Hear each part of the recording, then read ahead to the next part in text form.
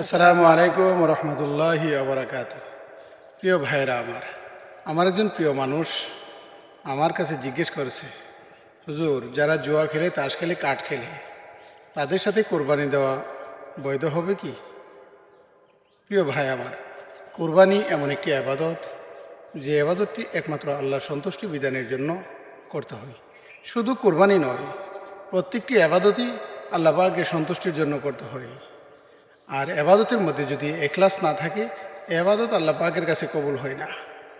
এবাদত কবুল হওয়ার পূর্ব শর্ত হলো ইখলাস, নিয়তকে সহি করে নেওয়া। তাই আসুন কোরবানি দেওয়ার পূর্বেই আমরা নিয়তকে সহি করে নিই। আর কোরবানি দিতে হলে হালাল মাল দিয়ে কোরবানি করতে হবে।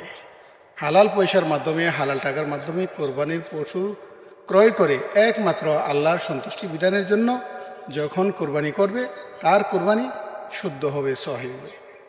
তাই আমি আমার ওই ভাইকে বলতে চাই, যিনি জুয়া খেলার মাধ্যমে বা তাস খেলার মাধ্যমে, কাঠ খেলার মাধ্যমে টাকার বিনিময়ে খেলাধুলা করে, এগুলো হারাম, ইসলামে এগুলো জায়েজ নয়। তাই এই সমস্ত টাকা দিয়ে কোরবানি করলে কোরবানি হবে না।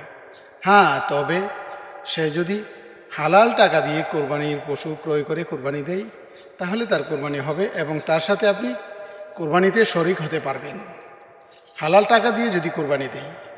আর যে ব্যক্তি এ সমস্ত বদ অভ্যাসে রয়েছে, জুয়া খেলার মধ্যে, তাস খেলার মধ্যে রয়েছে, তাকে আমি আহ্বান করব, আপনি ফিরে আসুন আল্লাহর পথে, তওবা করুন। যাদের কাছ থেকে জুয়া খেলার মাধ্যমে টাকা পয়সা ছিনিয়ে নিয়ে আসছেন, তাদের কাছে তাদের হক, তাদের পাওনা বুঝিয়ে দিন এবং আল্লাহ পাকের কাছে আপনি তওবা করুন।